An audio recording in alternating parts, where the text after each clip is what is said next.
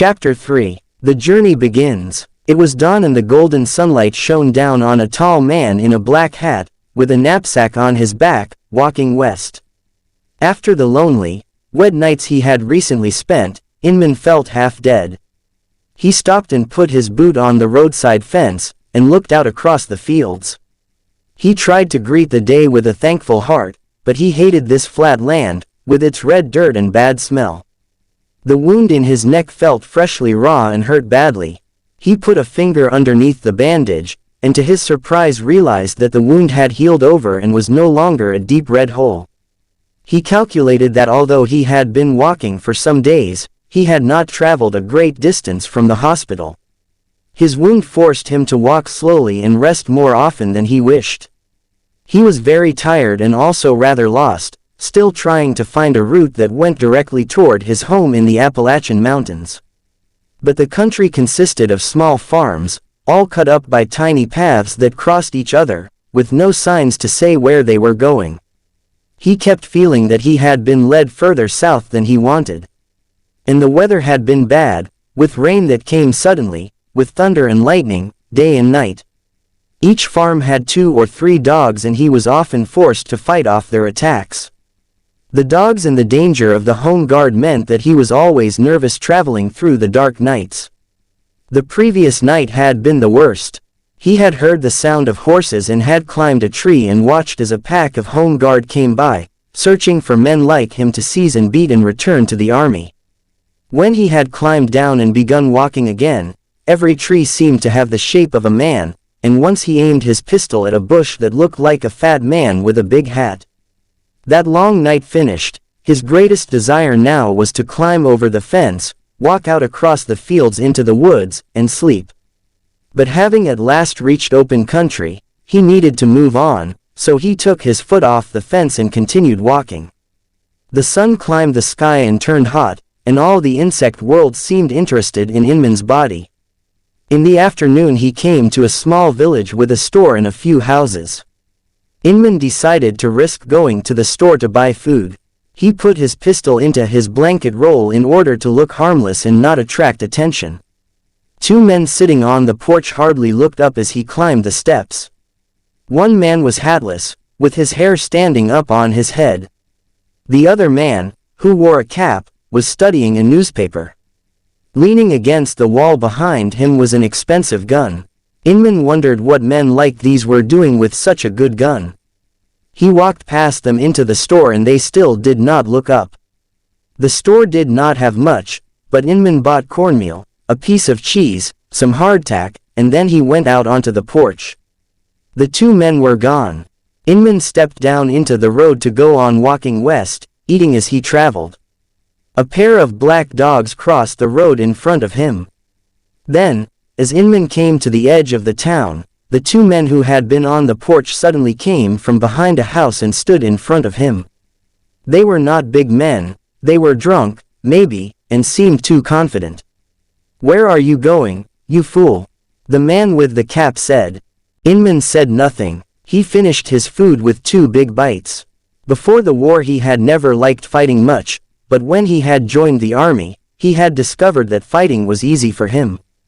He had decided that it was like any other thing, a gift. The 2 men jumped on him before he even had time to remove his pack. But Inman fought them off and beat both of them to the ground, so that they lay quiet, face down. Then the hatless man rolled over and pulled out a small pistol. Inman seized the pistol and beat the man on the head with it, threw it onto the roof of a building, and walked away. Outside the town, he turned into the woods and walked away from the road. All through the afternoon he continued west through the woods, stopping now and again to listen for anyone following. Sometimes he thought he heard voices in the distance, but they were faint and were probably his imagination. Night came, and as he walked, Inman's thoughts went back to his home in the mountains, and he remembered the day he first saw Ada. Inman had attended church especially to see Ada. In the weeks following her arrival in Cold Mountain, he had heard much about her before he saw her. She and her father had caused a lot of amusement among the houses along the river road. People sat on the porch, as at the theater, eager to watch Ada and Monroe pass by in their carriage. All agreed that Ada was pretty, but they laughed at her Charleston clothes and hairstyles. If they saw her holding a flower in order to admire its color, or bending to touch a leaf, some called her mad. People could not understand her habit of staring at a thing bird, or bush, sunset, mountain and then scratching at a piece of paper with her pen. So one Sunday morning Inman dressed himself carefully in a new black suit, white shirt, black tie, black hat and went to church to take a look at Ada. It had rained and the road was muddy, so that he arrived late and had to take a seat at the back. He could only see the backs of people's heads, but he recognized Ada immediately, since her dark hair was twisted up on her head in a style that was not known in the mountains. A few fine curls lay on her soft neck, and all through the church service, Inman's eyes remained on her white skin. After a while, even before he saw her face, he wanted to press 2 fingers against the back of her neck. That morning Monroe preached, as he often did, about the question that worried him most: why was man born to die? He had no real answer, and people had become bored with his constant questioning. Inman sat staring at Ada's neck, not really listening to Monroe's words, waiting for him to finish. When the service ended, the men and women left the church by separate doors. The men lined up to shake hands with Monroe and then they all chatted with each other and discussed whether it would rain again. Ada stood on the edge of the group, looking foreign and beautiful and very uncomfortable. Everyone else wore warm woolen clothes, but she was wearing a light, cream-colored dress that did not suit the weather at all. The older women came to her and said things, and then there were embarrassed pauses and they walked away. "If I went and told her my name, do you think she'd answer me?" said a man who had come to church for exactly the same reason as Inman. "I couldn't say," Inman replied. "You haven't an idea how to begin talking to her," another man laughed. Inman walked away from the group towards Sally Swanger. "I'll do some work on your farm if you'll introduce me," he said. Sally laughed. "Notice I'm not even asking who to," she said. "Now's the time," Inman replied. Mrs. Swanger took Inman's black coat by the sleeve and pulled him across the yard to Ada. He raised his hand to take off his hat. "Miss Monroe," Sally Swanger said, her face bright, "Mr. Inman has asked to meet you. You've met his parents. His people built the church." Mrs. Swanger walked away and Ada looked Inman directly in the face. He realized too late that he had not planned what to say. "Yes," said Ada. There was not much patience in her voice, and for some reason Inman was amused. He held his hat and looked into it, hoping for an idea. "You're free to put your hat back on, and say something," Ada said. "You know, people are very interested in you," said Inman. "A new experience, am I?" Ada asked. "No," Inman said. "Then what would you compare me to?" "Like picking up a thistle," Inman said. Ada smiled, liking the comparison. "Tell me this," she said. "A woman earlier said that it was sheep-killing weather. Did she mean it was good weather for killing sheep, or that this weather killed sheep?" "The first," Inman said. "Well, then, I thank you. You've been useful to me." She turned and walked away to her father. Inman watched her touch Monroe's arm and say something to him, and they went to the carriage and drove off. Late in the night, Inman followed a rough road that ran along the banks of the deep river. It soon went down into a gorge, with high rocks on either side, so that there was only a piece of sky above. It was so dark for a time that Inman had to feel with his feet for the soft dust of the road to find the way. He did not like his position and feared the home guard horseman would find him before he could find a place to leave the road. Although it was painful, he started to run, and some minutes later he saw a light ahead. As he approached, he saw that a man was standing in the road, holding a lamp. Walking quietly, Inman came closer and stopped by a rock less than 10 meters away. The man wore a suit of black clothes and a white shirt. He held a horse by a rope tied around its neck. In the light Inman could see that the horse carried something white across its back. "Lord, oh Lord," the man cried. His whole body was shaking and he seemed desperate. Then he walked to the horse and lifted the white object off the animal, and Inman could see that he was carrying a woman, with her black hair brushing the ground. Inman realized that the man was taking her to the edge of the gorge. He could hear the man crying in the dark as he walked. Inman took out his pistol and ran along the road towards the man. "Put her down," he said. She dropped at the man's feet. "What pistol is that?" the man said. "Step away from her," Inman said. "Get over there where I can see you."